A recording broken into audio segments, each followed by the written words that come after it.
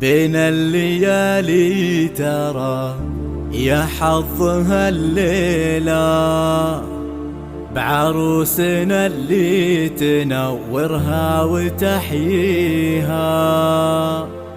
هذي رغد والحلا بروع تفاصيله فيها اجتمع والمحاسن كلها فيها اجتمع والمحاسن كلها فيها.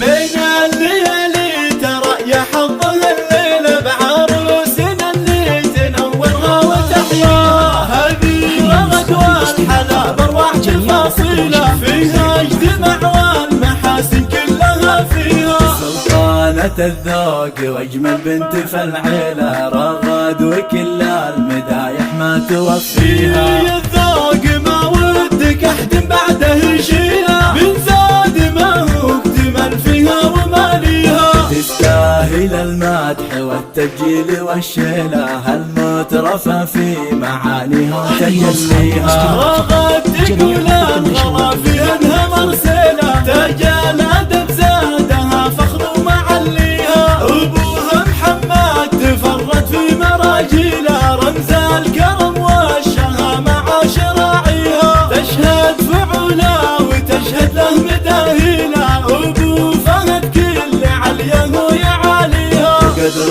امها الغاليه مسلوم تبجيله ام صالح اللي زرعت فيها مبادئها. واخوانها اهل العز ومنازيله عزوتها فيهم ولا خبتها قاويها. خواتها اجمل الورد واكاليله اوصافهم فارقه محد يغايها. من لابت العز جيل من بعد جيله حي الرشيدي على العليا مبانيها. من لابت العز جيل من بعد جيله حي الرشيدي على العليا مبانيها. بين الليالي ترى يا حظها الليله بعروسنا اللي تنورها وتحياها. هذه رغد والحلا بروع تفاصيله فيها اجتمع والمحاسن كلها فيها. سلطانة الذوق واجمل بنت في العيلة رغد وكل المدايح ما توفيها. يا الذوق ما ودك احد بعده يشيله من زاد ما هو اكتمل فيها وماليها. تستاهل المدح والتبجيل والشيله